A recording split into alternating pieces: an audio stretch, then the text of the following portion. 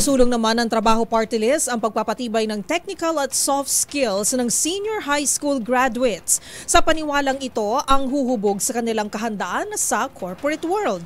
Nagbabalik si Edniel Parosa. Nanawagan ng Trabaho Party List sa pamahalaan na higit pang pagtuunan ng pansin ng pagpapalakas ng technical at soft skills ng mga senior high school graduates upang matiyak ang kanilang kahandaan sa mundo ng trabaho. Ayon kay Attorney Filemon Ray L. Javier, tagapagsalita ng grupo, mahalaga ang pagsasanay sa mga kakayahang ito para sa mga kabataang papasok sa workforce.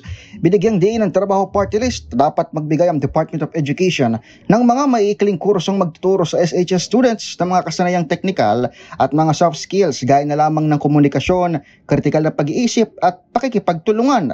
Sa pamamagitan umano ng pagpapalakas sa mga kursong ito, mas magiging handa ang SHS graduates na harapin ng mga hamon ng kanilang mga hanap buhay at makapag-ambag ng mas malaki sa lipunan. Nanawagan din ng grupo sa kagawaran na makipagtulungan sa mga industriya upang magbigay ng mga pagsasanay na angkop sa pangangailangan ng mga kumpanya. Suportado ng Trabaho Party List ang mga hakbang ni Pangulong Bongbong Marcos at Education Secretary Sani Angara na palakasin ang employability ng mga SHS sa pamamagitan ng mga makabuluhang reforma pagdating sa kurikulum.